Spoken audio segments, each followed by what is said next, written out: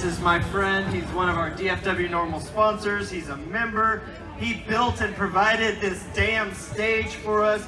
Give it up for my friend Chris Gramps Grisola. Come on up, Chris. Hey, y'all. Most of y'all probably know me. For those that don't, I'll tell you a little short story. I lost my son about 5 years ago to epilepsy, and he refused to try cannabis for treatment after about 5.5 years of using medications that did nothing but increase his seizures. The more he took medication, the more they changed them, the more frequent they got, and the more severe they got. And they finally took his life. At any rate, that's why I started my activism.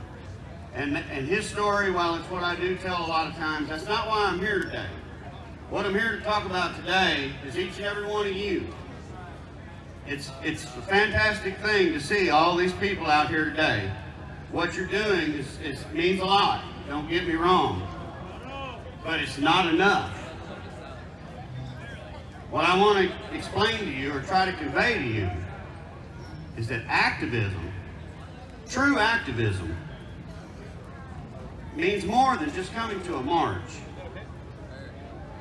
True activism is more than writing your elected during the legislative session about this bill or that bill and how you may or may not feel. True activism is more than talking on a daily basis with your coworkers, your friends, and your family. True activism, in reality, should begin the very second the election cycle begins. And it shouldn't stop until the very last second of the legislative session when it ends.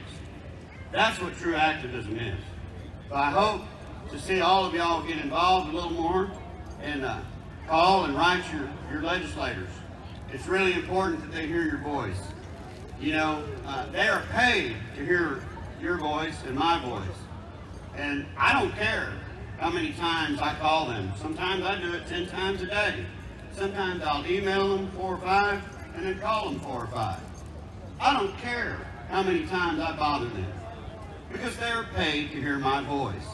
But they cannot do what they're supposed to do in those chambers down there in Austin if they do not hear my voice.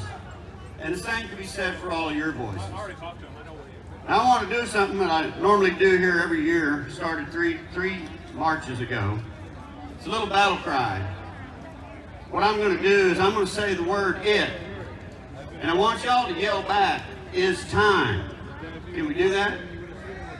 All right, here we go.